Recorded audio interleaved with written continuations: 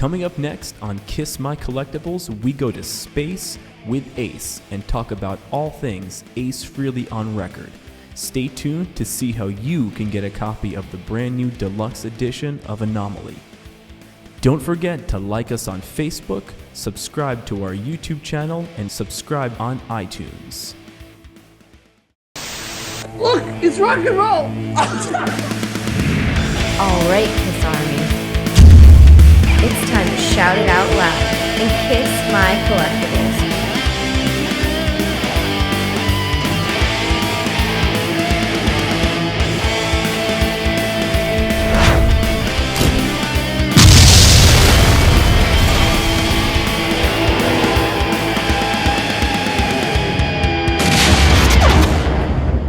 Hello, everyone. Welcome to the next episode of Kiss My Collectibles, your source for... I'm going to do that again because I can't remember the line. What? Hello, everyone. Welcome to the next episode of Kiss My Collectibles, your source for... Kiss shit. Hello, everyone. Welcome to the next episode of Kiss My Collectibles, your source for vinyl, toys, bootlegs, and more. I am one of your co-hosts, Jason Herndon, and with me as always is... I wasn't there last week, so maybe it wasn't me. I don't know. Tom Shannon with the Rockologist. And Andrew Scambatti back again. Yeah, I guess I'll have to figure out a different way to do that since Tom Tom's going to come in and out. So. Well, but he was there. He was there in spirit. He was there in spirit. That's right. So, anyway, we've got a lot to talk about because we haven't sat down and talked about vinyl in a little while, and so we're going to cover a bunch of Ace Frehley stuff. This is going to be an Ace Frehley centric podcast. We're going to talk about his newest release, Picture Disc, and basically his whole catalog of releases and stuff. And we've got some new stuff to open, and some book updates and all kinds of stuff. It's basically back to form. This is exactly how we've done in all those years. Or the 2 years, rather, that we've done it, where we talk about our new stuff. 2 years, you believe that? 2 years. It's coming up on, 2 years. Yeah, 2 years we've been doing this. And people aren't sick of us, and we're not sick of us yet, and we still got something else to say. I'm pretty sick of you, Andrew. But... feelings mutual. Okay, that's good. So anyway. Yeah, I know we try to use all three of the groups to basically be your one-stop shop for trading and purchasing all kinds of KISS goods. So I was able to set up a good deal with a page member. Sorry, the name slips my mind right now. But then I was able to get a set of the Biff Bang Pow Love Gun figures. And I know some people are like, oh, they don't really look all that good. But what's cool about these is they are making them so they look like those old Kenner Star Wars figures that have 5 points of articulation and limited paint apps. And, it's something that's cool. So when I first saw the pictures of them out of the boxes, I didn't want them. And then I saw them in the boxes, and I go, you know what? Those do look kind of cool. And then I kind of looked at my old Han Solo figure, and I was like, you know what? These are kind of cool. So here's what I'm going to do. I'm going to freak out all you collectors out there, and I'm going to open this guy right on the air. Open them. I'm going to open it right on the air. I love how people complain that they can't find any of those with the packaging in good shape. I guess they don't understand. They've been... distressed they're visually distressed. Yes, this is done like this. This isn't because except for the bubble being ripped off. Yeah. So I'm gonna open up. I'll open up one. So this is kind of cool. You got the Les Paul guitar. It's kind of cool. If I was a kid and I had this, I'd be like, hey, this is cool as hell, man. It's cool as hell. So then you got.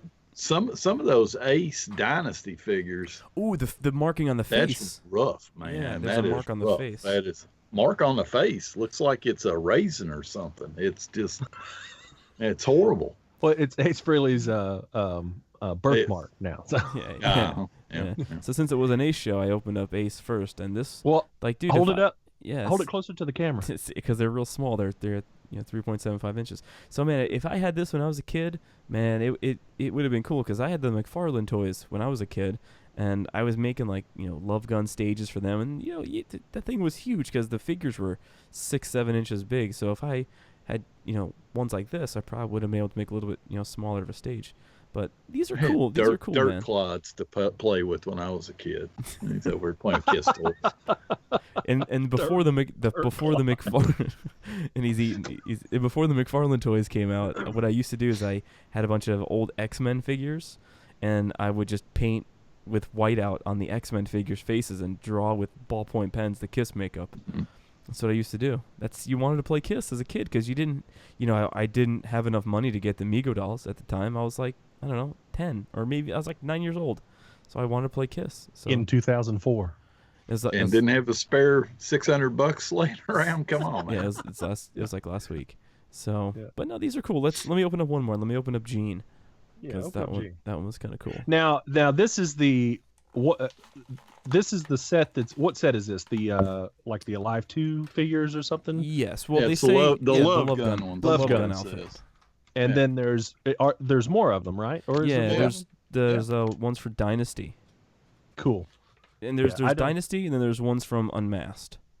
The Unmasked album cover. They even did a variant for Paul with the the yellow jacket that never existed. Stupid. That's right.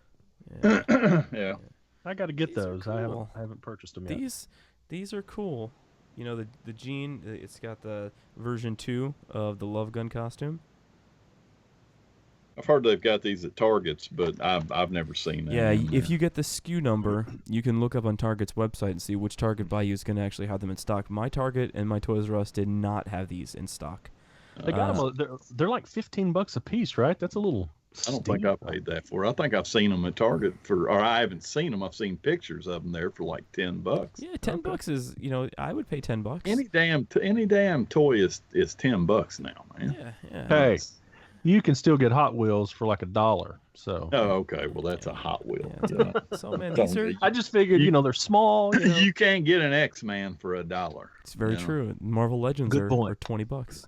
Well, if they didn't have to pay for the logo and stuff, it'd probably be about $2. You're right. It's very true. My only problem with these guys, they don't stand up. Well, they don't stand up. They're crap, man. I mean, so you opened them, took them off the card, so you could stand them up. Yep. And they don't. They don't stand up. Is there not a base in it? Yeah. What I'm gonna. He's got holes in his feet, man. Like there's a base.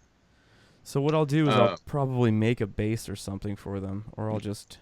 I'll do something to make them stand up. The Dress to Kill dolls, I have the same problem with those. Those things fall over all the time too. Yeah. Well, these things to me, I mean, I'm sure y'all have seen those. The other figures like that. Back to the Future and all those. Yes. They're all in that same genre, so they're not supposed to look great. I mean, gotcha. That's a hell of a gig to get away with it, isn't it? Yeah. I'm gonna make stuff that doesn't look so great, and everybody's gonna love it.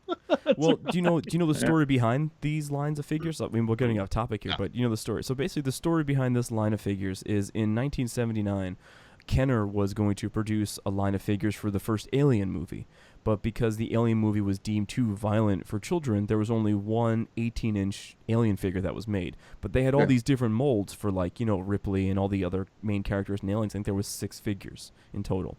So years later, someone came across the original molds, and they decided to put out the Alien line. And I think this was 2012 or 2011. So they put out the line of Alien figures, because these what they would have been like in 1979.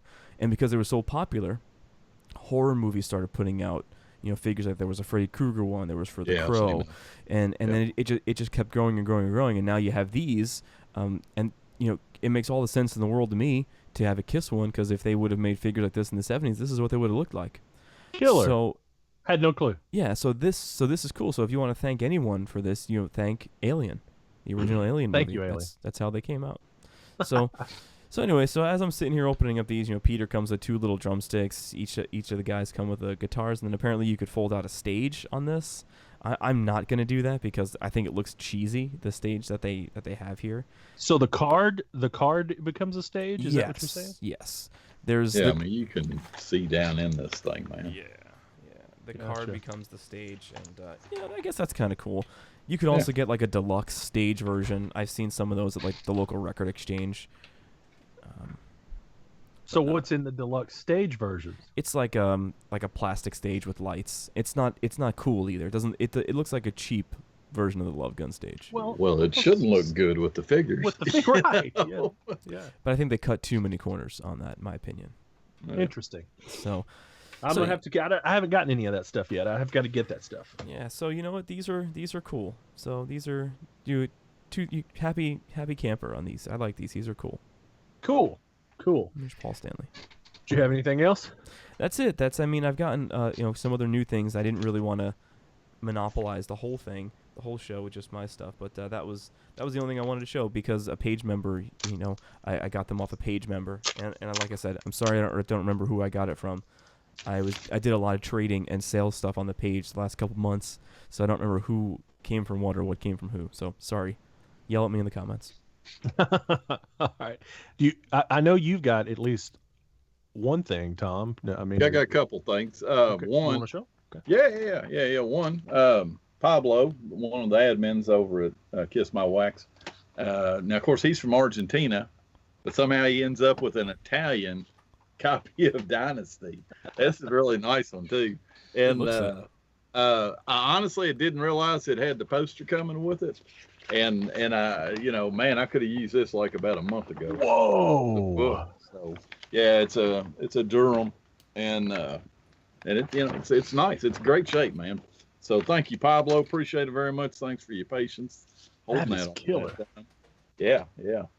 Then the other thing, I did my first looking to buy on the page. And hey, before I start on, I'm gonna editorialize just a little bit.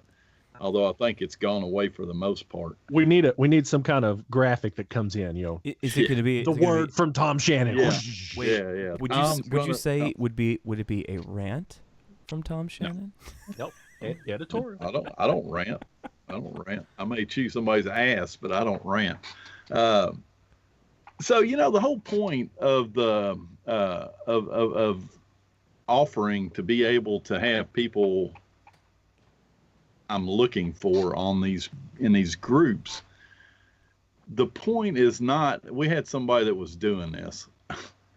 The point is not for me to go looking for something and trying to get it at about a third of the value of it. Okay. That's not the point. The point is, if it's something that I need, I should, just like when somebody sells something, you can't go overpricing what you're going to sell. Because nobody will buy that. But there's a big difference when you go offering to buy stuff. And if you are like, let's say I'm going to use this book. Okay. So I got this from one of our page members, Mike Braun. Great book. I put I'm looking for post up and I got aggressive with it. I looked to see what they were going for on eBay. I've seen them before. I know that there are some that cost less than this, but generally this is $100 book these days. Okay. So that's where I started it at, was I would be willing to pay $100 minimum for the book. And so I got quite a few responses, and normally, of course, we don't allow people to put on a post, hey, I would like to buy that if you're going to sell it, or I've got one of those to sell, but I left them all on this one because I got mine, and it looked like a good post for people to be able to have a chance to get these. Where the difference is between somebody putting something on that page, like a $100 record and asking $500 for it, and somebody looking for that $500 record, or for like if I put on there that I'm looking for Greatest Kiss and I'm willing to pay $125 for it, you know what? Somebody might sell that to me because they're in a bad financial shape and they're desperate. You're right. And you know what, man? That's not what we're doing. That's not what we're doing. I should be willing to offer what it's worth because I want it. And that dude should be able to sell it and make a decent amount of money on it. So that's my little rant on it. We editorial. Yeah, and it is a rant. And so, but we discussed seriously not allowing people to post, I'm looking to buys. We did. Yeah. Because it was happening too much, I mean, you don't go, I'm not going to go deep into that, but anyway. All right. So I got the book. This is an awesome book. I've got reasons for getting this book that I'm not going to get into on here, but I needed it specifically. But this book has got a pretty interesting story behind it. First of all, it's awesome. Okay. This was put out by Mark Scalatino.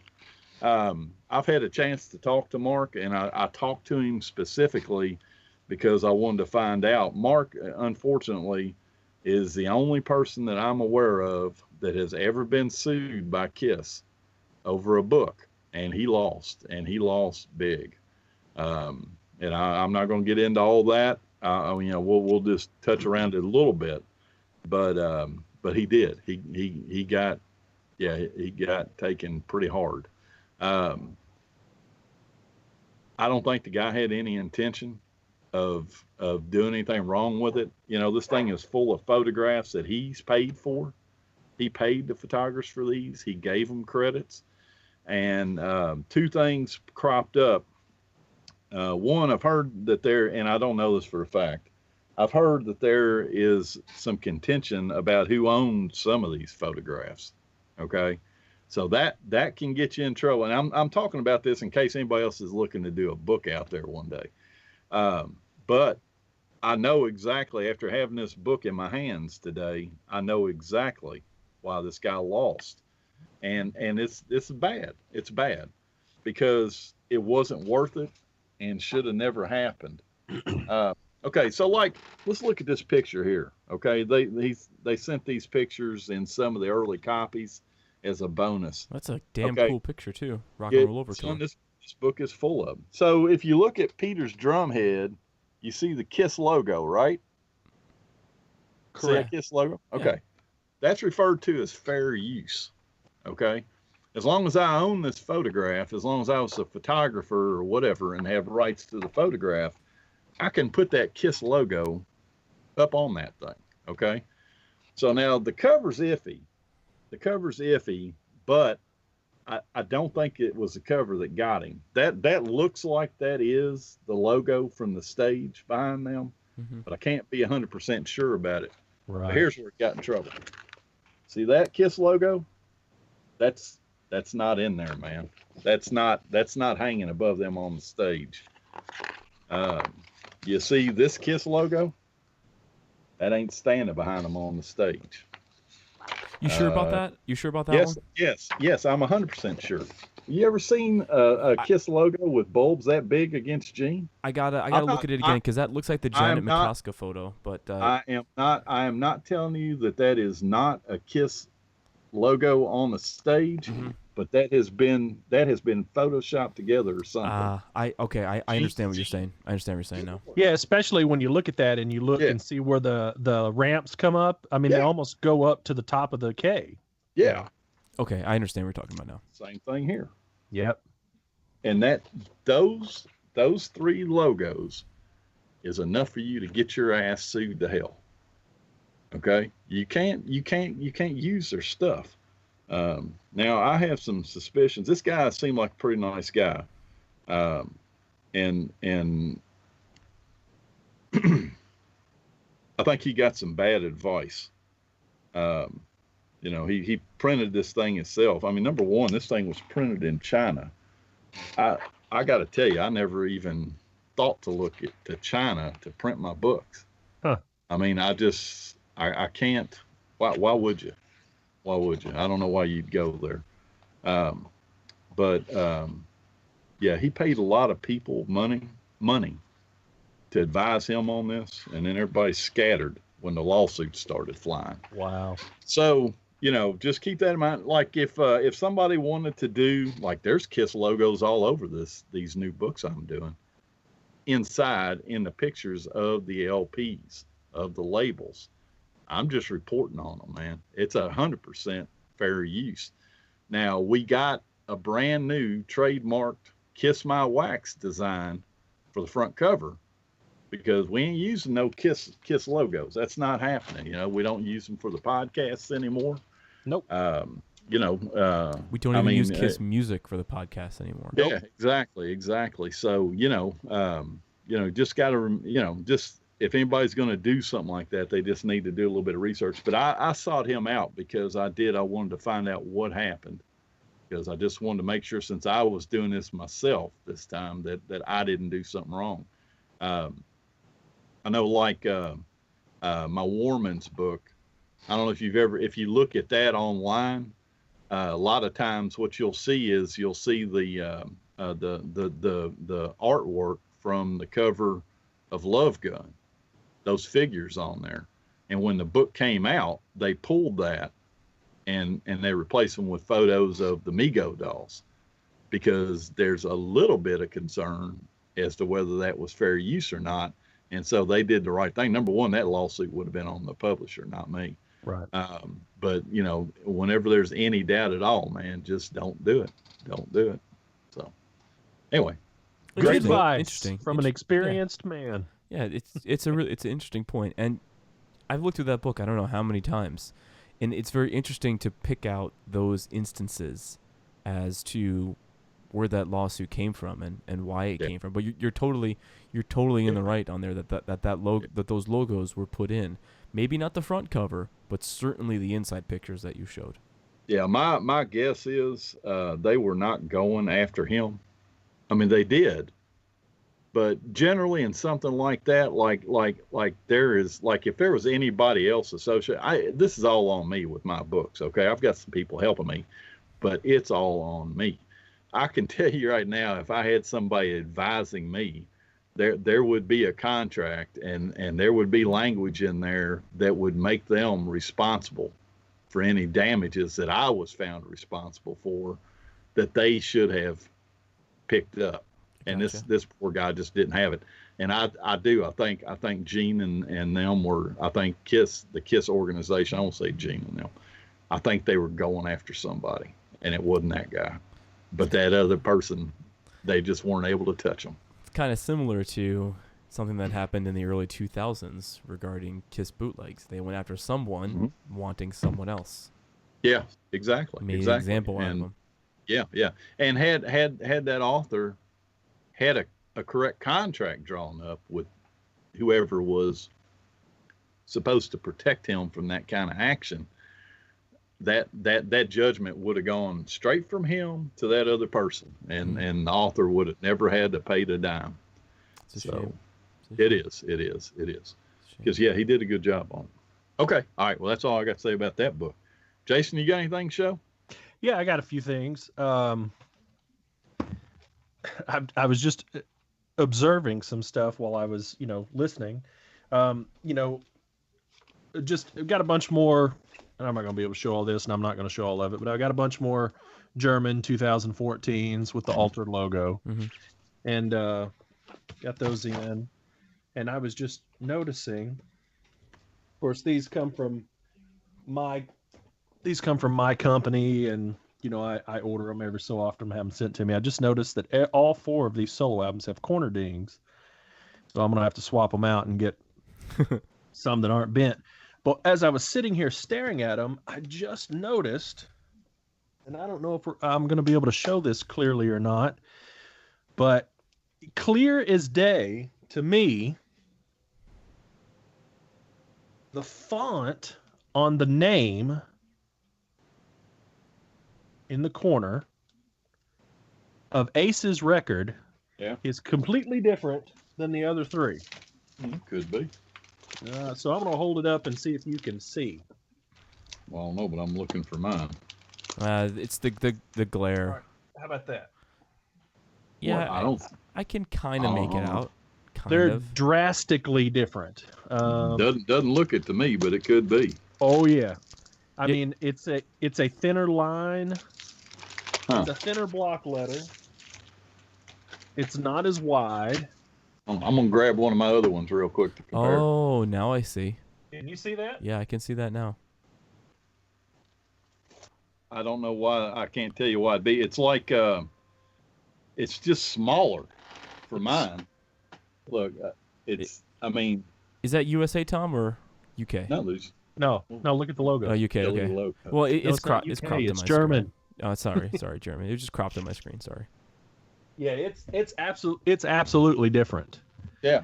Yeah, well, I'm not sure if it's a different font or typeset. I think it's smaller. Like if I was to get my calipers, and I know everybody likes to make fun of that, but I will guarantee you that the height of that Ace Frehley is shorter than this Gene Simmons. Right, and the block itself, the block of the letters is Well, different. and that's why, because it's compacted down. Yep, it's compacted down. It's scaled down. Oh, you're right. Yeah, the only letters they share, I think, is E, and yeah, I mean it's different. It's different. Yeah. I think it's probably the same font style, but just different size. That's interesting. Interesting. I just saw that when I was sitting there listening to you talk, and I was looking at my records, and I was like, "Damn!" So you weren't paying a damn bit of attention. No, I heard everything you said. You were talking about something about you two guys, something about chicken or something. You two guys are arguing like those two old men arguing the Muppets. All right, so I also got a couple of things from Pablo, our good friend Pablo. Except mine are Argentina versions. So I got this cool version of the Elder. It looks much nicer than my shitty copy. Does it? Oh yeah, almost has to. Yeah. And then this version of Dynasty. Yeah. Dynasty. Or Dynastia. Dynasty, however it is down there. So both very, very good. Well, and it's not Dynasty at all. No, not at all. And hold on, let me pull this Jason sticker off. Maybe. And I'm not. Never mind. Anyway, Tom's right. But anyway, I appreciate Pablo getting that for me. And then He's the man. He's the man. And then the last thing is this this Creatures bootleg box set, which I know Tom is going to have something in his book that basically shows how bootlegs and counterfeits and official releases are all related to each other. We may not. Oh, no. Dude, I'm running out of space. I'm serious. Well, he was. Yeah, I was. Yeah. He may. Edit her out. Edit her out. Well, no, I won't use that. No, that's fine. Because one of the things that he so geniusly points out there is that, the bootlegs and the counterfeits are getting so close, Yep. When you're putting these graphs together of overlapping each other. I think we're kind of there. I think we are there. Yeah, I think we're there. And I think releases like this are what put us over, So this, I'm a sucker for packaging, and this is a box set for some live Creatures stuff. It's a, Kobo show from February 23rd, 1983. Mm-hmm. And if it was just this and it was just that music, I mean, whatever, and they weren't using the logo or whatever, like the old bootlegs weren't. Then you just have a traditional bootleg. But when you get into these box sets like the other ones before, and you pull out something like this, yep, and it is full of photos. Oh, that's cool. I swear that's going to be their downfall. Somebody's going to go after their ass, just like they did that book. And you got posters like this inside. God, I hope it isn't somebody we know, Right. You got posters like this. Yeah. So cool. I mean, that's going to take you down. It is, man. Anyway. It's crossed the line. Like I say, it's crossed the line at that point. Yeah. Yeah, I mean, the only thing bootleg about this set is that it's the music. Other than that, the whole set is a counterfeit. So without a doubt. So let me ask you something. Don't you... the packaging is great. It's top notch. It's been top notch. We're going back to like those original Godfather sets from like 2010, 2011, 2012. I bought all those on CD because I thought they were awesome. I don't really subscribe to the vinyl ones anymore just because the shows that they're picking are not good sounding shows. I agree. Would you be more excited about them if they were using good sound shows? Because I bought the myriad. I bought the San Francisco 77 one. What's that called? I forget what it's called, but hydraulic rock. Hydraulic rock. That's it. Yeah. I bought that one. It sounded great. The whole packaging was great, but the problem you get into is like those guitar picks are in there. How long till someone takes those guitar picks off and tries to play with them and pass them off as legit 77 They've already guitar done picks? it. Probably been done. Yeah. Dude, it's already been done. Yeah. And the same people that made them are making all kinds of counterfeits. Yeah. All kinds of counterfeit KISS picks. Yeah. So yeah. I mean, it's tough because I take. And I know Tom and I for sure take a hard line on counterfeits. So do I. And that stuff's hard for me to pass up. I mean, I can see the appeal there for sure. If it sounded better, a lot of money for those sets. If it sounded better, I'd buy it. Yeah, but that's not. Although they're using unauthorized stuff and they're stepping over a line. Now, once you get into those picks, now I'm sorry, man, that's bullshit. Excuse my language there. But because that is what's going to happen. And it's not you buying the set that's going to do it. It's the dude that made them in the first place. No, I know. They're running the damn things out and selling them. Yeah. But so that's the kind of stuff that just completely galls me. Is anything when somebody specifically makes it to try to represent that it's something real, I agree. And so they're getting there, and they stepped over a couple lines, and they're not going to go back. They're just going to go forward. Yeah, but at some point they'll draw too much attention to themselves. Those photographers should go after them hard. Oh yeah, dude. Absolutely. It can't be. Let me tell you, I'm sure y'all have heard about the big I'm sure Andrew hadn't. The big bus in the NCAA basketball where the FBI has gone out and arrested these coaches. Rick Pitino? Has he been arrested yet? I don't know if he's been arrested, but I know it's. No, they're screwed. They're screwed. They're going to get correct. the death I've never penalty. heard of this. Yeah, they're going to get the death penalty. But what I'm getting at is when they tick the wrong person off, the wrong rights holder, it's not going to be that difficult. How many steps do you think they have to go back if they came after you, Jason, and said, dude, you're going to prison because you've got this box set unless you tell us who you bought it from? Oh, Lord. It's only going to take about 4 steps. Yeah. Because you're not going to go to prison for that. Right. But somebody could. Sure. It's just, So, anyway. All right. So, anybody else have anything else they want to show or add? I do. Actually, I do. Right. Yeah. I forgot because I'm always such a pile. Andrew. Showing records. I'm just kidding. Man, look at this thing. That. I don't ever call anything mint. Hey. But, buddy, yeah. that is mint. And you just bought that, didn't you? I did. That is mint, and so is this Peter Criss one. And I had a Peter Criss a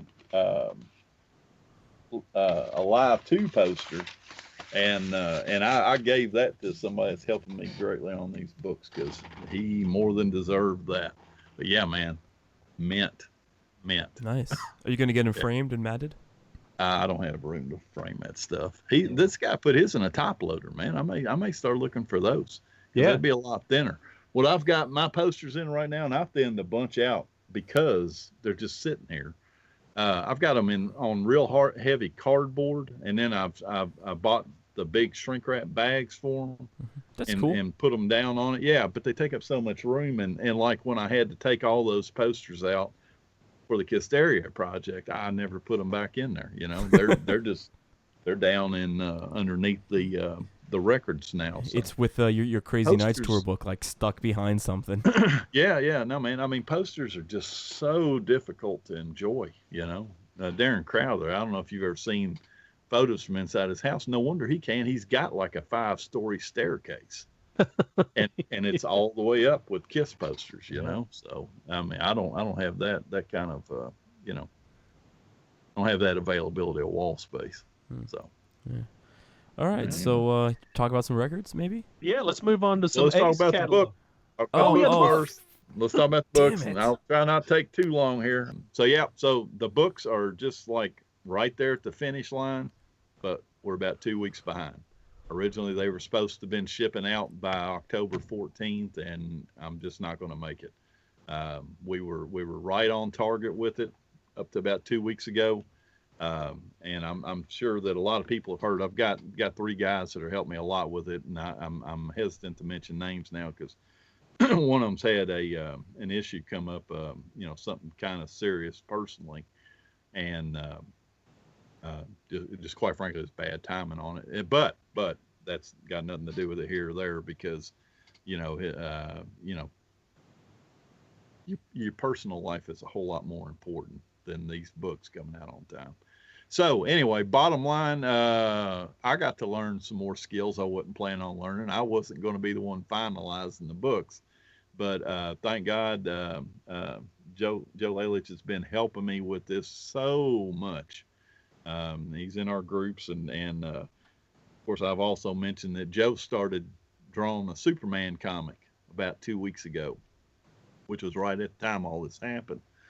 And I'm telling you that I will take a bullet for that man any day of the week that he ever needs it, because he's drawn that Superman comic and has been dragging my ass to the finish line on these books. I mean, I cannot say enough good things about him. I just can't imagine. I just can't imagine it. Of course, Axel also has done just a tremendous job. He's the one that put the bulk of the list into the final format for that.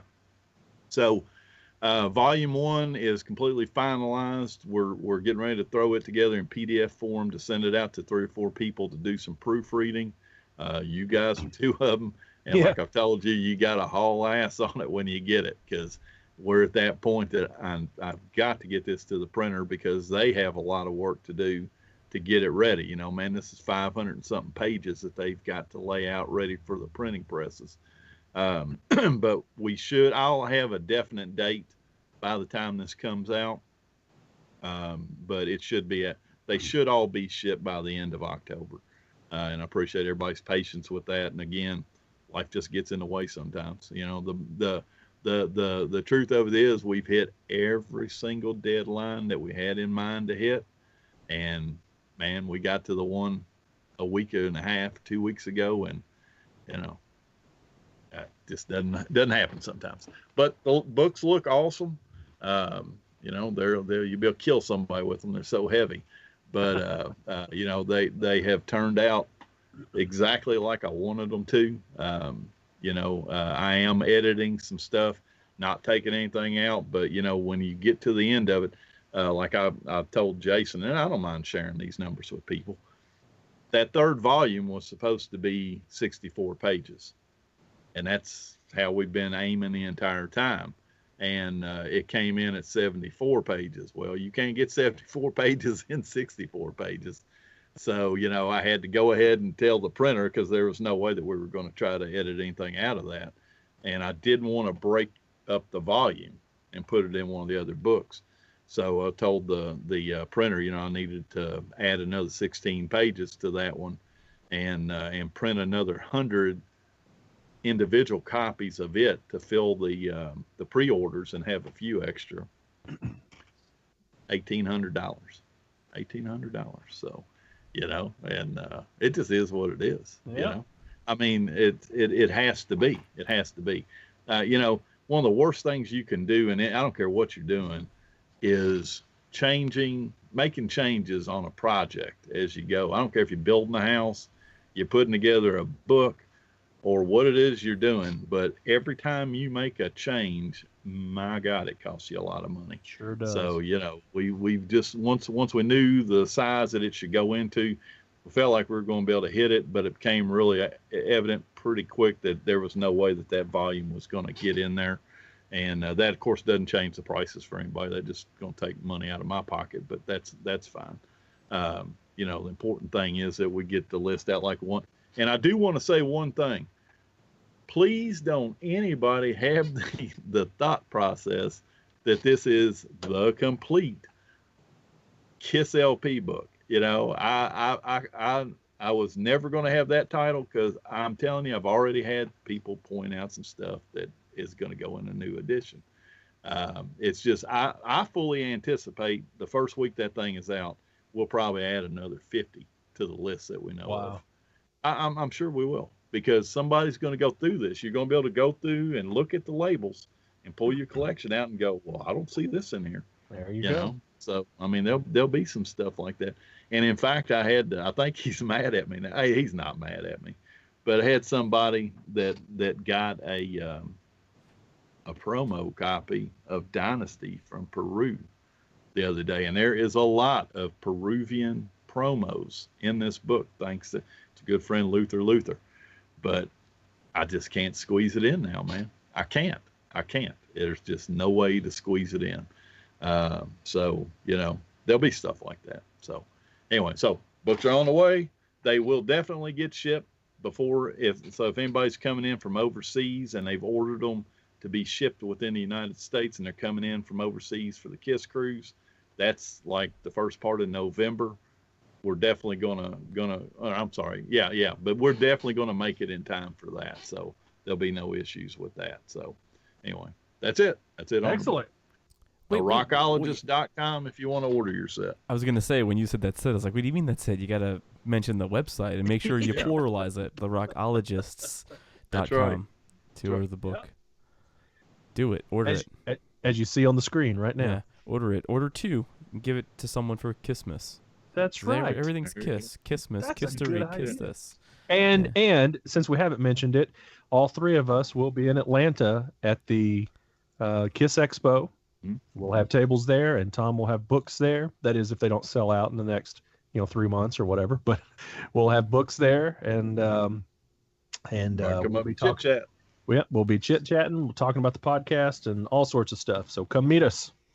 Yes, come meet us, please. All right. So that's it. We'll see you on the next one. No, I'm kidding. Let's talk about some Ace records, shall we? Ace Frehley. All right. Ace Frehley on record. So obviously, whenever we do these, there's always some research. There's a lot of PMs that go back and forth between all of us. So I didn't really want to know how deep we wanted to get in on this. But there is kind of one record that I wanted to mention because every time I hear this damn song, it's in my head for about 3 weeks, without a doubt. You guys ever heard that what's the name? Because I always forget the exact. Let me pull up the actually name of the band that it was released under. Crazy Joe and the Variable Speed Band. That's it.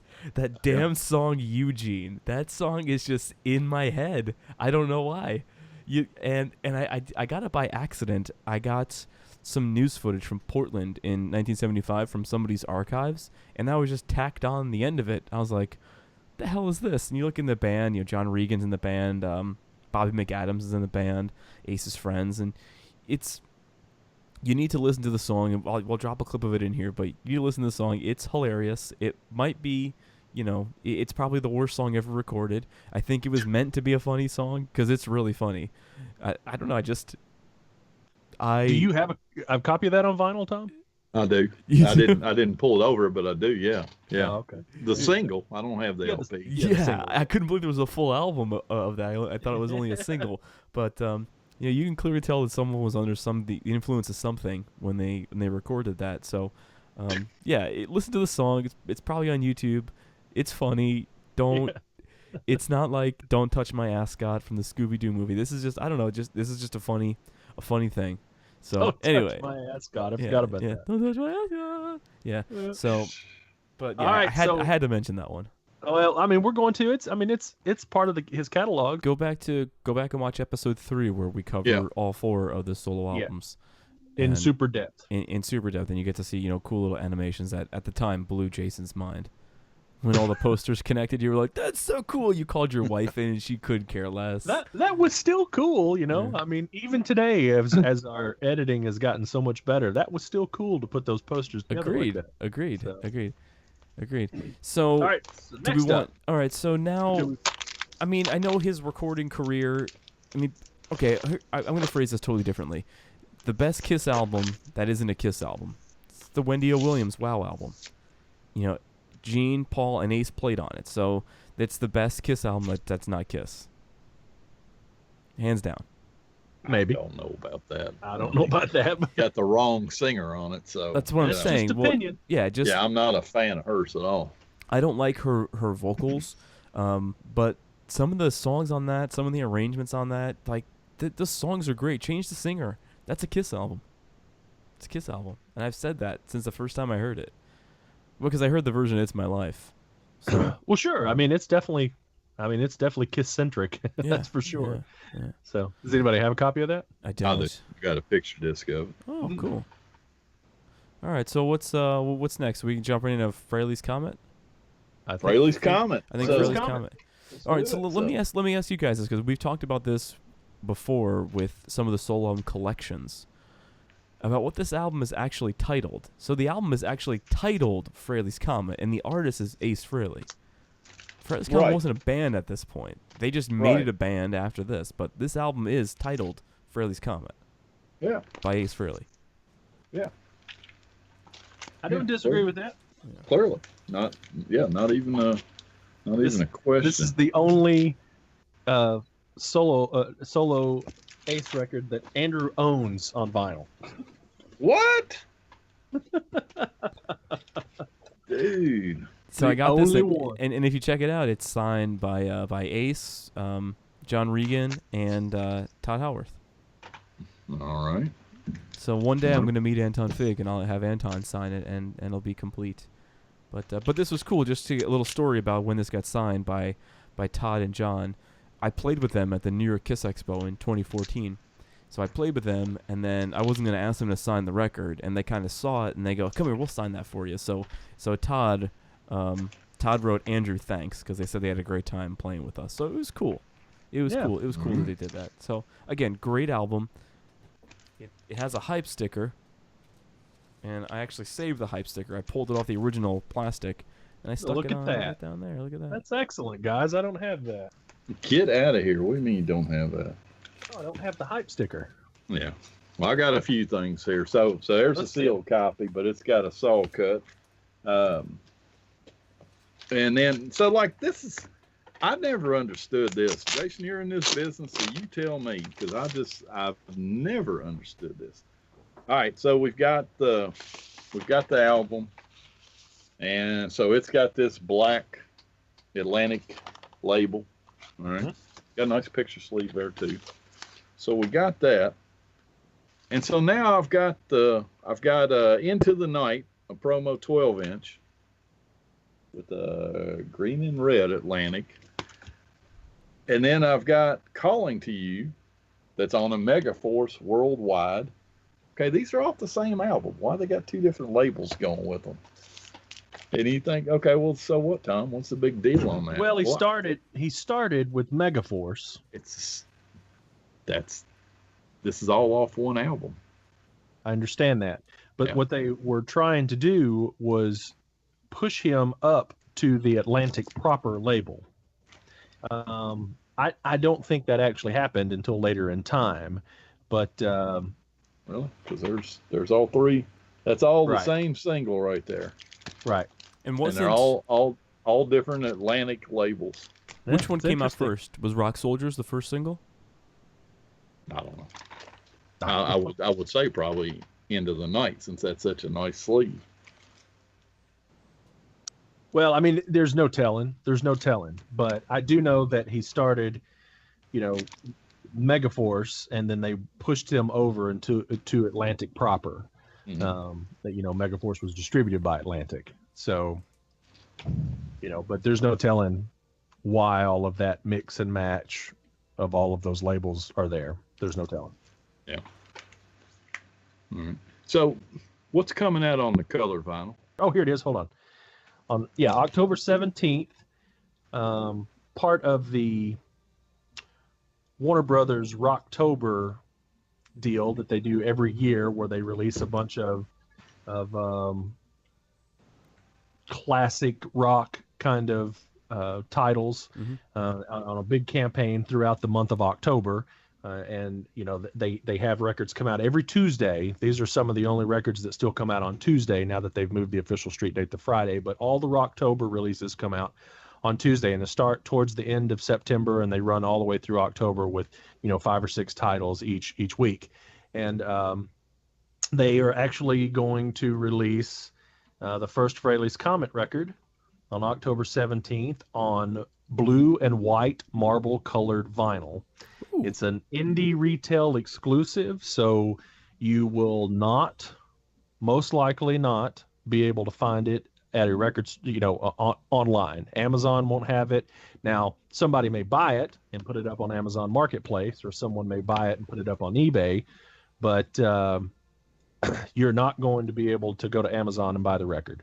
It will be available in physical retail stores only, and those physical retail stores are allowed to sell it online, but they keep these types of releases away from places like Amazon and Barnes and Noble and stuff like that. And Tom. Yeah, I keep them away from Tom as well. So because I had approached Jason about it actually last night, because I was going to try to sell them to the members of the page, and no, can't do that. As a distributor, our hands are tied. If they find out that we, as a distributor, are selling them to,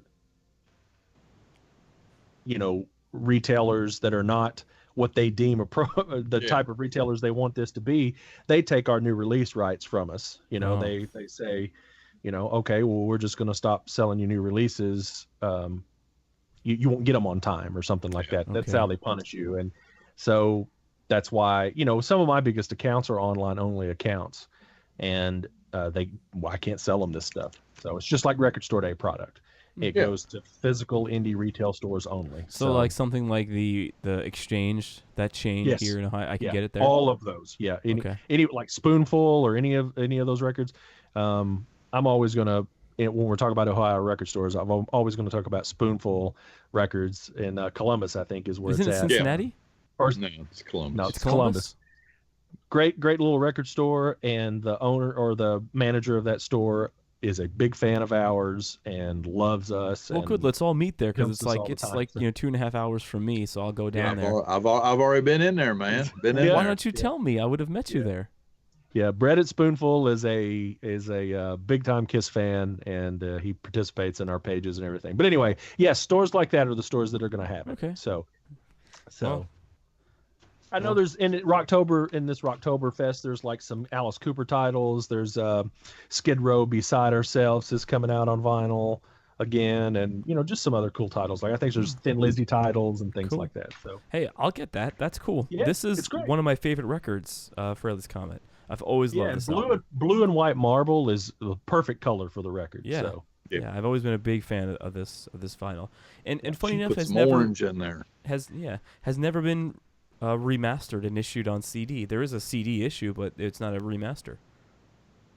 I was thinking that Rock Candy did a remaster of it. Did they? If not, well, I know they did Second Sighting, and I know they did Trouble Walking. Did they not do the first one? I don't think they did, because I think this was on a different label. You may be right. You may be right. This was on a different label. So, because I know about those two. No, it's the same label. It's all Atlantic, and what Rock Candy does is they go out and license, but sometimes the label won't let you license the more popular records because they want to do their own reissues. But if it's a record they don't want to fool with, like Second Sighting or Trouble Walking, that they don't think's worth their time and effort, they'll let these smaller companies license them and do their deluxe packagings themselves and stuff like that. Yeah, it's not very deluxe. So let's move on. What's the next release? Second Sighting. Incorrect. Live Plus One. Correct. Are you sure? Positive. Then I've got my damn. Okay. They were both 88. Okay. Yeah, this one. Second Sighting was May 17th, 88. Live Plus One was February 2nd, 1988. Mine is signed by John Regan over here in I got this signed in Nashville, and Todd signed mine twice because the pen was running out. So he signed it again. So that's cool. Cool guys. Not really. I was thinking I had a promo copy of that, but I don't guess I do. Nice saw cut on it though.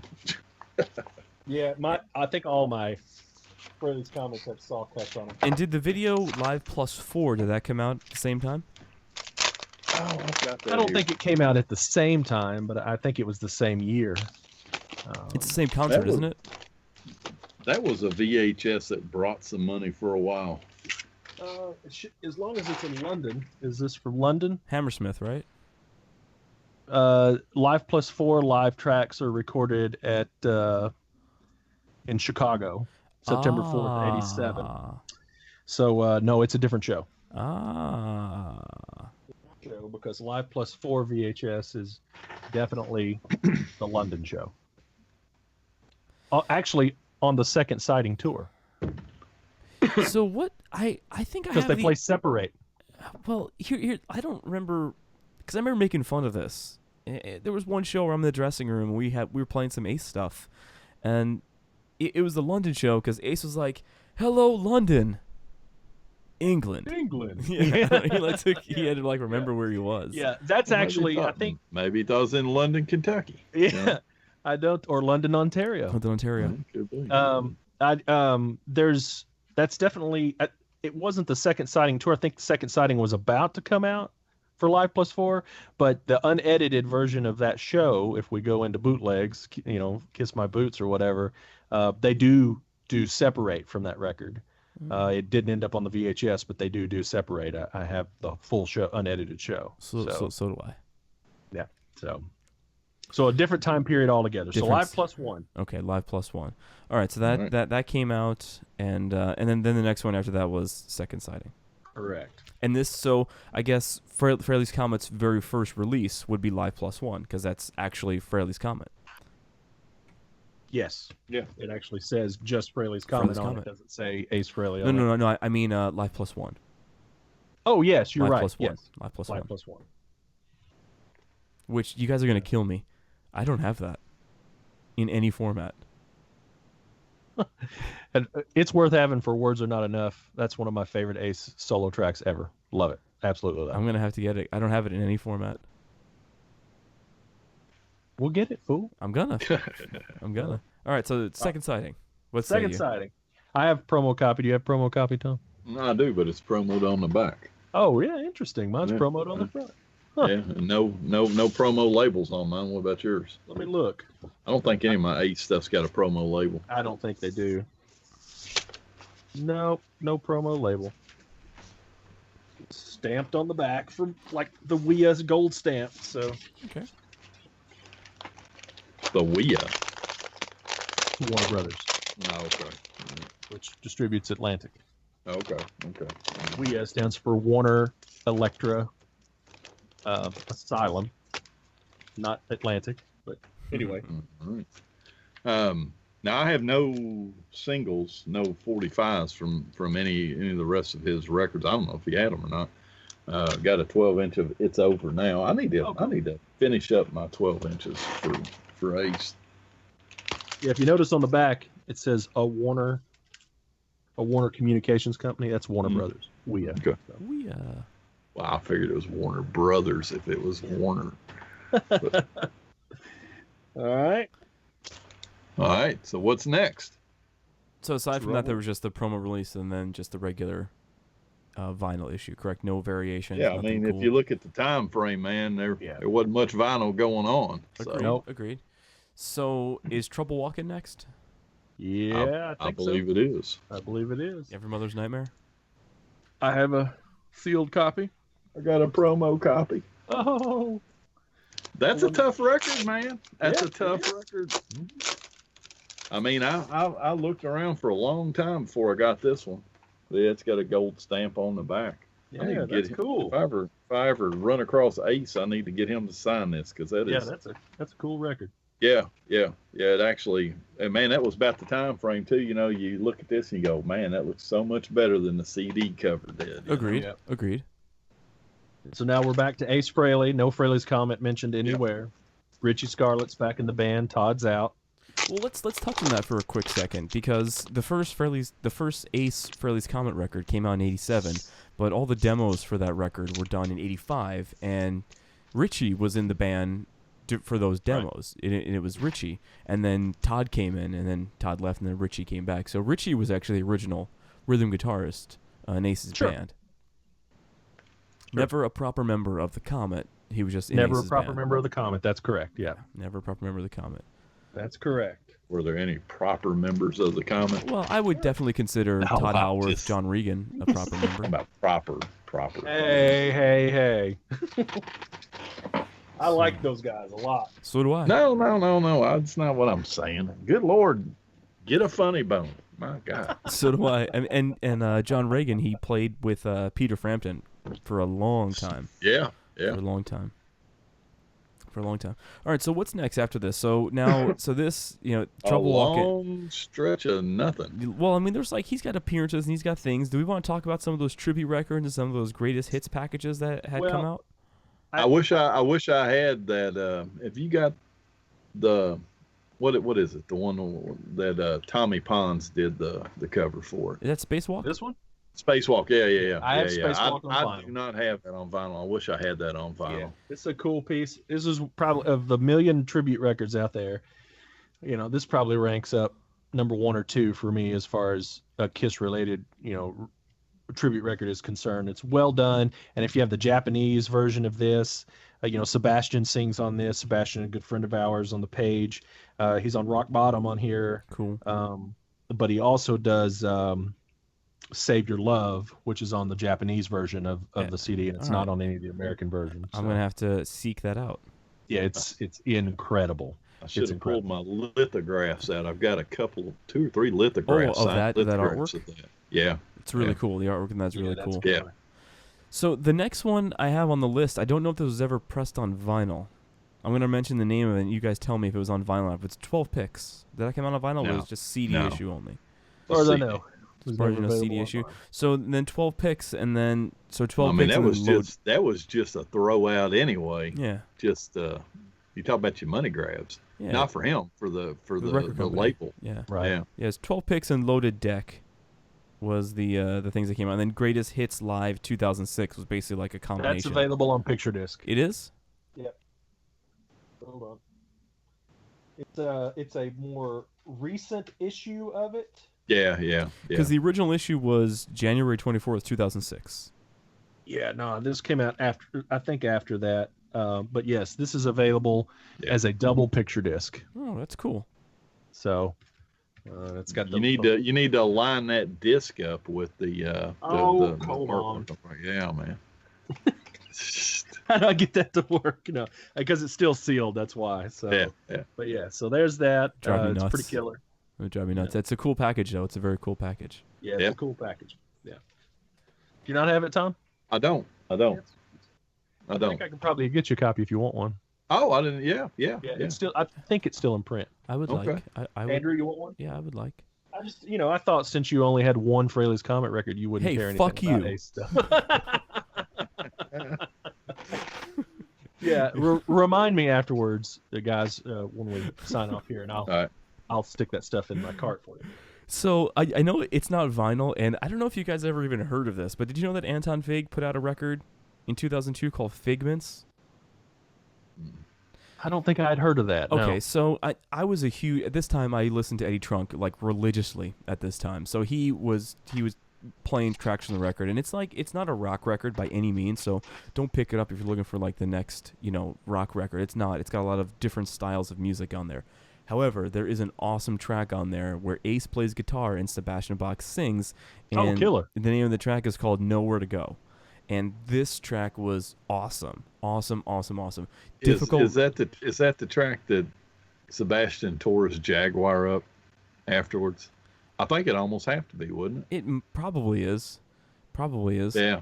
I think there is some vinyl of that single, but it's a difficult CD to find. I don't even have it. I have the copy of the song that I have came off of a cassette that I recorded off the radio because I could never find the CD. So, and I'm still always looking for that CD, but it's by Anton Fig. It's called Figments. Came out in 2002. The song is awesome. The song is worth the price of the CD. Songs worth the price of the CD. And Eddie Trunk played the hell out of it. So, all right. So we're finally getting into a time where Ace was actually putting out LPs again, and there's a ton of different variants. And I know you guys have a ton of them, but let's mention this one first, just because this is the reason why we're here today, and then you guys can get into all the other vinyls, vinyl releases about this. So this is the new picture disc of Anomaly that is due to come out early in October. Double picture disc, and it has a cool little insert. The insert has the liner notes written by our good friend, or my good friend rather, Ron Albanese, another Jersey guy. But this is cool. It sounds awesome. I think it sounds just a tick better on this one than the original vinyl issue. I don't know if it's maybe just me looking at the picture disc while I'm listening to it, but we also really want to thank Ken Gulick and all the people over at E1 Entertainment who sent over these records for us to look at and review on the show. It's awesome. And got a nice little download card in it. I was just gonna say that too, because if you didn't purchase, don't need to. I did. Yeah, if you didn't purchase Anomaly when it came out on CD, which it did come out several versions on CD back in 2009, but I couldn't. I had a hard time finding it. It comes with a download card, so you could even download the stuff to put on your iPhone or your iPod if you want to listen to it on the go. But it's awesome. Cool pictures that are era appropriate too. You got that nice flaming guitar picture. I used to have a shirt with that on there. Such a cool shirt. Wore the hell you know, out when of it. they were first describing this, I don't think I've seen a fold out picture disc like this. Am I just missing that, or is this something new? I thought that's kind of nice. I thought it was two different picture discs, and then I actually listened and I go, okay, the record is split up. But I'm gonna agree with you, Tom. I've never seen it like that before. Yeah, all of the Anomalies are double albums. So, but this one even has 3 bonus tracks on it. It has Hard for Me and Pain in the Neck slower version and the Return of the Space Bear. Space Bear, only Space Bear in captivity. I got him. He's captured. Yeah. So yeah, it looks killer, man. And thanks to E1 for sending these over. So much thanks to E1. This is very, very, very, very limited. I think 1,000 is what they're sticking to. Wow. And in fact, go and buy it. We are already, if you can find it, because we are already the people that pre-ordered it. My accounts that pre-ordered it through mine, we're already having to allocate it because we didn't get a full shipment of it because it's already. I'm almost positive the label is already out of it. Dang! So if you could find it, get it, because it's super cool. Yeah. It's in store. It'll be in stores. Those stores that got it, it'll be in stores in time for the street date. And but once it's gone, it's gone. Yeah. Don't be disappointed. I will say this, man. I like what this label does for Ace. When he first signed with them, I heard tales of them being out at the venues, at the KISS venues, and promoting this stuff, and clearly with the way his last couple albums have dropped, and in the times that we're in where there's just not good sales, but yet, man, he's had top 10 releases. I mean, it's been unbelievable to me, and I like all the cool stuff that they do. I don't know who the creative person is over there, but obviously I like different variations of things. But they don't just bury you with all these. They kind of leak a few out at a time, so it doesn't drive you broke or whatever. But at the same time, man, I love these things. I mean, we're going to get into some of these that are, just too cool. So anyway. All right. And I like the album too. I liked it the moment that I heard it. I still listen to it. Sister. I know it's been a demo forever, but Sister was one of my favorite songs. Still is. Scotty Coogan plays drums on that track. Most of the rest of the album is drummed by Anton Fig, which Anton typically usually drums on all of Ace's records except for Space Invader. Yeah, but on the run, I love that song. Yeah, I mean the whole album was cool. That the time was cool that it came out, and it finally ended that long period where Ace hadn't released anything. He would always come out and say, "Yeah, I'm gonna release a record in the spring." I'm like, "Yeah, the spring of what year?" He was saying that for almost 10 years. So anyway, Jason, go talk about the different vinyl variations that came out before this. Me and Tom will do it together because he's got a lot of them too. So, so you got 2 distinct label situations here, and I don't know if people realize it or not, but Anomaly was licensed out to Brookvale Records. Which is actually owned by the Looney Tunes record shop up in, I think they're in Jersey. Are they in Jersey? Looney Tunes? Anyway, a big time record store. And so when you get to a lot of these variations and you see the Brookvale Records thing right there. Yeah, see, that's not on mine. That's your autograph version, right? Yeah. Yeah, that's different. That was done. Okay. You're talking about the colored vinyl ones. Yeah. Okay. The autographed version was done by the Broxborn Records label. Yeah. And it's got pretty unique kind of a gatefold. I mean, it's that's a very cool. Hey, that's kind of cool. Yeah. Well, and they came autographed. Yeah. Would have been nicer if they were hologrammed and came with a certificate also signed by him. Then you wouldn't have to worry about it. But yeah, it's nice to be able to purchase a signed record from him. Right, and these are black vinyl. Okay. Yeah. All right. So the original release. I think Bronxborn is Ace's label. Well, yeah, because he was born in the Bronx. Yeah. Right. So this record has gone through a lot of different. Presses from a lot of different ways. Yeah. So then we moved to the colored vinyl stuff, and that's all the Brookvale stuff. That was issued after, right? After the initial run. Here's a blue copy. Thing's kind of see-through, but then it's a little marbly. I think that's the clear copy, though. Yeah. Well, sort of. Like I say, it's got some marble spots in it as well. And I think you've got a couple more that I don't have. Okay, yeah, so that's the opaque blue. So it's the see-through blue. Yeah. So that's this one with this on it. And then there is... and it's numbered, so I've got 500 of 750. Correct, yeah.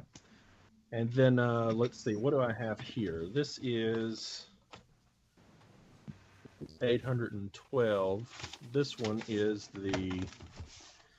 All right, I think this is this... Hope you can still hear me. I think this is what they would call the silver colored. Yeah. Now, wasn't there something going on with that one? Like, wasn't that supposed to be different than what it ended up being ultimately? Yeah, it wasn't supposed to look like that. There's nothing wrong with it, but no, I agree. But yeah, I think they thought they were getting something else. Yeah, the pellet combinations at the pressing plant did not turn out like what they thought they were advertising it to be. Okay. So everybody got something a little different. They still look killer as hell. I think that looks cool. Yeah, and then there's silver. So I'm going to open a few of these. So I've got what's supposed to be the green-black swirl. So let's oh my God, you're opening it up. Why worthless. Maybe I'm opening it up. He's going to cut his finger off too, like on the air. A box cutter that won't slice cellophane. Wow. Yeah, isn't that crazy? It's probably so dulled. You can snap that blade right off. This is like the longest record opening ever. Hey! What was that you said to me? Fuck you. Yeah, but it sounds funnier when I say it because there's more conviction with it. All right, so the green-black swirl, it's almost opaque, and there is some black in there. Okay, that's kind of cool. It's cool looking. Who knows? That is a creepy face on that blade. Yeah. I do not like that. And then I've got another one here that says silver, and I think it's the same one. The previous one you showed? I actually have 999. Can you see that? Yeah. 999 out of 1,000. That's cool. Get out of here. You shouldn't open that, man. I wouldn't open that. I'll leave 999. How about 811? Let me open 811. Yeah, open 811. Why do you have so many? Well, because... We don't allow questions like that, man. That's right. I'm not saying like... of different versions, like how many versions of how many copies of the same version? Like why? Dude, I just threw a guy off the collectibles page the other day for the same kind of stuff. Yeah, but he was being a douche about it. I'm just asking. No, he wasn't. But that's one of the tenets of our groups is, here's the problem. When somebody I'm not saying you on this, but like his thing was, well, why would anybody spend that kind of money on something? And then he wouldn't back off of it. The problem with that is people won't share what they have and won't share information because they don't want to be ridiculed by somebody. Huh. I mean, that's like if somebody was to show up with 20 copies of the originals too, we just immerse ourselves in that. Okay, so this is the same. or relatively the same. So. I'll purchase that off you if you want. That's kind of cool. I like that. Yeah, I might get rid of this. Yeah, because I have 3 of them apparently. So no. What happened was, Andrew, to be honest with you, what had happened was there was so much confusion over what was actually coming out. I see. Because I remember that I ordered like 2 of every SKU we had in our system. I gotcha. Had them all sent to me and tried to figure out what the hell was what. I gotcha. That's why. So do we want to just touch on the CD releases of this real quick? Because there are 3 CD releases. You can mention those, Andrews. Yeah, please mention those. So there are 3 8 tracks out. Yeah, pull the 8 tracks out of this. So there was a regular CD digipack, and this was, you can get this at Books A Million retailers, Barnes & Noble, and then what was the other retailer that just closed? The bookstore. The name slips my mind. So you can get that there. Then there was a regular standard version, which was just, it didn't have the fold outs or anything like that. Then there was the deluxe version, which was a Walmart exclusive with a guitar pick. Right. So those are the 3 CD versions that I'm aware of. Of course, mine didn't have a damn pick in it. Didn't that piss you off? I shook mine. Yeah, it does. Mine does somewhere. Who the hell knows? I don't even know which version this one is, but it looks like the standard one. Who knows? No. Anyway, yeah, they certainly did a lot of creative marketing over there to get people to buy it. Because I bought. You have 10 copies. 8 copies of it on vinyl and 3-4 copies on CD. Yeah. I mean, insane. All right, so we ready to move on to the next one? Yeah. Space Invader. Man, I love this when I saw this cover. I just love that. Yeah, I dig this cover too. Yeah, I like this cover a lot more than Anomaly. Man, he nailed that. That is just, when I saw that, I was just like, oh, that's crazy. All right, so what do we got? I gotta pull these up. I don't own this one in any format. Wow. Okay, we've got an orange vinyl, which I'm trying to. I can't remember which one's the German one. That's Germany. Germany. Orange, Germany is orange. It might be. I like it. I've got. Did you show it? I missed it. He did. Yeah. Did you actually show the vinyl? Yeah. Yeah. Because mine's still sealed. That's why. Yeah. No, it's. I had to open that, man, and then of course got the clear vinyl. Love that. Mine's still sealed as well. And here's something I started doing, man. When I open records now, I peel my hype stickers off and I put them on a card. That's cool. Good idea. Yeah, idea. I mean, I don't like to keep stuff sealed up. I mean, some stuff I do, but I don't want to throw my damn hype sticker away either. Usually I open one and the rest stay sealed. So I have this one that's opened. So is that the black vinyl? Yeah, is there a black vinyl version? This is the black vinyl. Yeah. Yeah, No, this is my orange. Well, and that's a different orange. I guess mine is solid. Really? Yeah, this is marbled. Yeah, mine is solid. So we have at least 3 versions that we show. We got the solid orange, the marbled orange, the clear one, and the black one. So there's 4. I don't know if you could call that different. I think it's probably just a pellet mix situation. Yes. Okay. So, I would imagine the SKUs are the same on the records. So, so there's 3 variations. Maybe the SKUs are, but that's kind of, when you get the book, there are distinctly different splatter vinyls of the Mexican Unmasked. Yeah, but those are purposely done. I don't know that they were. Maybe they were. I don't know. Maybe they were. Anyway, there's a lot of cool versions of Space Invader. Yeah. Look killer. So the next and final Origins Volume 1. Yeah, Volume 1. Yep.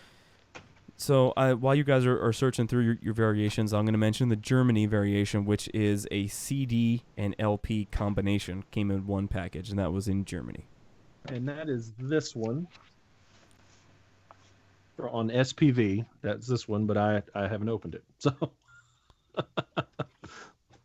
but I got this one last night or night 4. Nice blue, splattered pretty much. It's got some red and stuff in it. And of course these come with a nice collectible download card, or I think they're collectible. They're nice looking. Yeah, those nice files. Those files, they look really nice. the card looks nice, man. The card looks. The card nice. and Anomaly that we just got is really nice as well too. I thought that was kind of cool. Yeah, but I'm pretty damn sure there was one in here. Maybe there wasn't. Wasn't there? Huh? Thought there was. All right. There was one in there, Tom. I have one. Yeah, I probably got it here. It might have. I've got it, tacked up here. I haven't even used them, so. Who knows what I've done with it? I'll find it here. Then we've got the FYE exclusive that Tom. Yeah, which does have that. And I was forced to open this because the jackasses put the safety, the little what do they call them, RFPs on it or whatever. Yeah. The anti-thievery thing. Sensor tag. Yeah, and they put them on right before I grabbed them at the store, and I couldn't get it off without tearing the plastic. That sucks. Yeah, Tom got mine for me, and this has a different border. It has a black border, and I think it has different guitar. Different guitar floating around up here. Guitar up here is different. Yeah. Gotcha. Yep. So, pretty cool. Just another variation to get you to go out and buy it again. So, brilliant marketing. And you have to be desperate if you bought it FYE. My God. Do you know what FYE stands for? Fuck you, never ending or something, because they're horrible. No, it stands for fuck you're expensive. Yeah, I believe that. I believe that. I used to work for the only place I've ever seen where you'll see a sign says 50% off on LPs, and you go over and it's like $30. Really? I used to work for that company because they used to be owned by Transworld Entertainment, and I used to work for still owned by Transworld. They're still owned by Transworld because they had a DVD only store that was called Saturday Matinee, and I worked there for 5 years when I was a teenager, and FYE was below us, and I used to work there on some of the holidays. But the manager there, her name was Evelyn, so we used to say that FYE stood for "fuck you, Evelyn," because we couldn't stand her. I buy my Funko Pops out there, and that's about it. And I only get those there because they got a ton of them. Yeah, you could buy your Biff Bang Pow. Haven't seen that. Yeah, haven't seen. They're there. The Dynasty ones are there, but like you mentioned about the Ace one, where he's got the peanut or the raisin on his face, looks it's pretty bad. It's pretty bad. Yeah, he's a mess. He's a mess. Okay, I'd have to sue if I was him. So, do you want to mention Live in Milwaukee '87? Did that come out on vinyl, or was that only a CD issue? Not a clue, and it would be I'm sure it's not authorized. No, it'd be bootleg. Okay, all right. So edit that out. Any more? You don't have to edit it. Yeah. Any more Ace LPs? Or that's it? Is there anything else on the list? That's well, the only thing else that I had on the list that I threw in there, because I threw in there some ones where he has like one or two tracks on there. Like sure. We go back to '98, and this is a CD issue. This is just getting his discography. The ESP Lost and Spaced. Sure. One. Yeah. He played on Foxy Lady, which was track 10. Played guitar on that. Right. We mentioned 12 Picks. We mentioned Loaded Deck. We mentioned Spacewalk. But the first one, because Ace had that band called Molimo. They never released any music professionally, but there was an LP that was put out called Rock Stars, presented by Richard Robinson, 71, where they talk about Molimo. But that's it. So that's it. That's all I got. That's all I got as far as Ace on record. Is it Molimo or Molimo? I don't know. I don't think Molimo, probably. I always thought it was Molimo. I always thought it was Molimo. Anyway, so that was the music was never released, but you can get an album them talking about the music, which I thought was kind of funny. I think there's an acetate or something out there. Correct. There is one there's the acetate out there. And Ace also produced, and he also played some guitar on some Venus Envy albums that came out in late 90s. That was I didn't know that. That was what's her name? Never heard of it. You know the Wendy something. She wrote the book Into the Void. I had no idea she ever did anything besides that. Yeah, because she wanted to be Stevie Nicks, and she was in a band. Wendy Moore. Wendy Moore. That's it. Yeah. Wendy Moore. And I guess we could probably mention. I didn't buy that book either. We could probably mention Peter's. Was it One for All record? He did play on 3 tracks on that, didn't he? Did he? Yeah. I didn't know that. I thought so. Is that not true? No. I don't know. No, Ace and Peter Hang have on. never. Let me grab it. Let's see. Why does he even? Maybe I'm completely wrong. Why does he even have that? I mean, that record is so bad.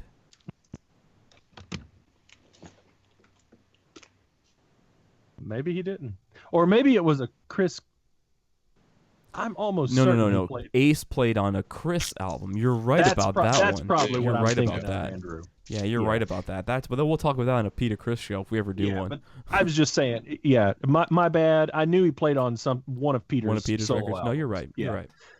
Not this one. Yeah. It's one of the Chris records. It's like the Cat One record or something like that. He plays on 3 tracks or something like that. That's what it is. So my bad. Correct. But that was released on picture vinyl. disc, wasn't it? Mm-hmm. Yeah. And, picture disc and blue vinyl. Oh, cool. Yeah. I don't have either one of those. Both of them. They're both tough to get, man. Both of them from Sweden. All right. So, anyone have anything final to add about Ace Frehley on record? Just want to reiterate. He's awesome. Anomaly double picture disc. Get to an indie or get to a record store or online or somewhere and find it as quick as you can because they are going to be gone, and you don't want to be paying $100 a piece for them, which is what will end up happening very soon. Yeah. Double picture disc. We want to thank E1 for sending this to us. Yep. It's absolutely incredible. Ken Gulick, thank you. And it's also available on CD as well, the deluxe edition on CD. We did not mention that, so. Because that's the 4th show. It's called, Kiss My Laser Discs. Kiss My Discs. That's it. Kiss My Discs. No more shows. No more shows. We just got the one. So again, just to reiterate too, make sure you visit the rockologists.com to order your copy of Kiss My Wax, the Kiss LP Bible. And, coming soon. God, I'm sick of looking at it. Yeah. And just to mention again, we'll see you all in Atlanta. We'll actually all be in the same place for the first time ever. First time ever. Yep. Ever. Tom and Andrew has been in the same place, and me and Tom have been in the same place. We were all in the same place. Andrew in person. We were at an expo together. We just didn't know each other. It was one of the indie ones. We didn't know each other then. We was one of the indie ones. Yeah. So. You're like, who's that Paul McCartney looking guy? Yeah. So anyway, good information, good show, and it was. I got to get more Ace records apparently. That's right. Yeah. Apparently. Or you're not an official fan. I'm not. I'm gonna just take my Kiss Army card and then have that. That's right. Well, I guess if that's it for all of us here on Kiss My Collectibles, we will see you on the next one. Later. Thanks for tuning in to Kiss My Collectibles, your source for vinyl, toys, bootlegs, and more. Visit us online at kissmycollectibles.com. Hey, fuck you.